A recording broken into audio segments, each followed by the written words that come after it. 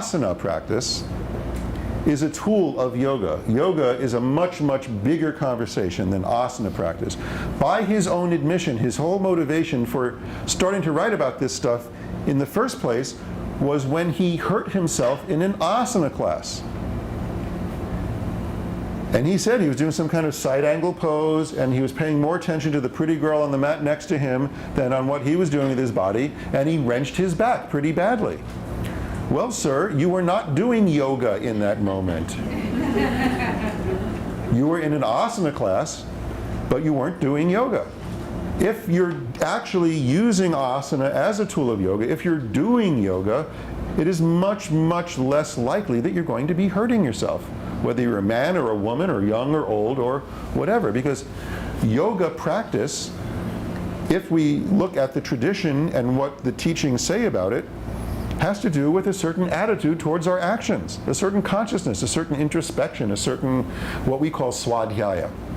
And when you have this swadhyaya, you're being put in touch automatically with, number one, how you can move beyond your limitations, but also number two, what limitations you need to respect and not try to push past.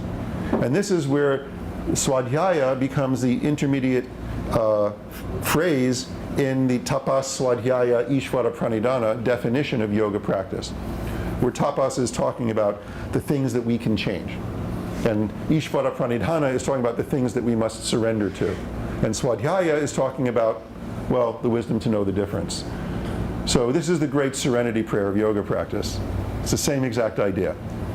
And so if we have this attitude towards our actions when we're in not only an asana class, but the rest of our lives, then that's a yoga conversation. But I know a lot of people that can do a lot of great asanas, and it doesn't mean that they're great yogis. They may not be doing yoga at all. Because the way we teach it actually requires you to be paying attention to what you're doing, and the main vehicle for paying that attention is to unite the process of breathing with what you're doing when you're practicing. Because what we say is that breath is the teacher of this great principle of yoga, of the tapas swadhyaya ishvara pranidhana. Because our breathing is both voluntary, we can change it around, and it's involuntary. We have to surrender to that part of it. So when you put the breath at the center of your practice, it will teach you that.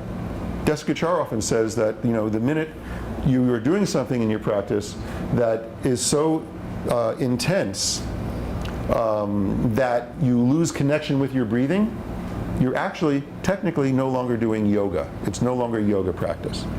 It could be something that could be beneficial. It could be strengthening or stretching or calisthenics or gymnastics or whatever. I'm not putting down any of those things.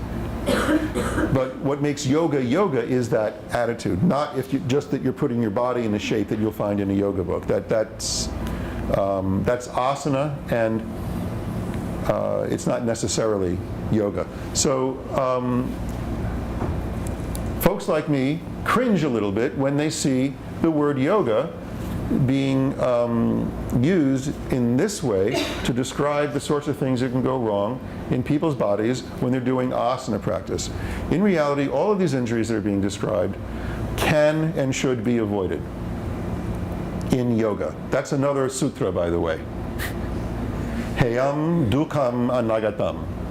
All that means in Sanskrit is the suffering which has yet to occur can and should be avoided. And hurting yourself is not the only way to learn about what your limitations are. Because before these injuries happen, I assure you, your body has been communicating desperately with you all along the way. Sure, it'll whisper at first. And if you ignore that, it'll start talking to you. And if you ignore that conversation, it'll start shouting at you. And if you ignore that and keep persisting in what you're doing, it will knock you flat on your ass with some kind of pain or injury or something that just forces you to do what? Stop! Injuries are your body saying, stop.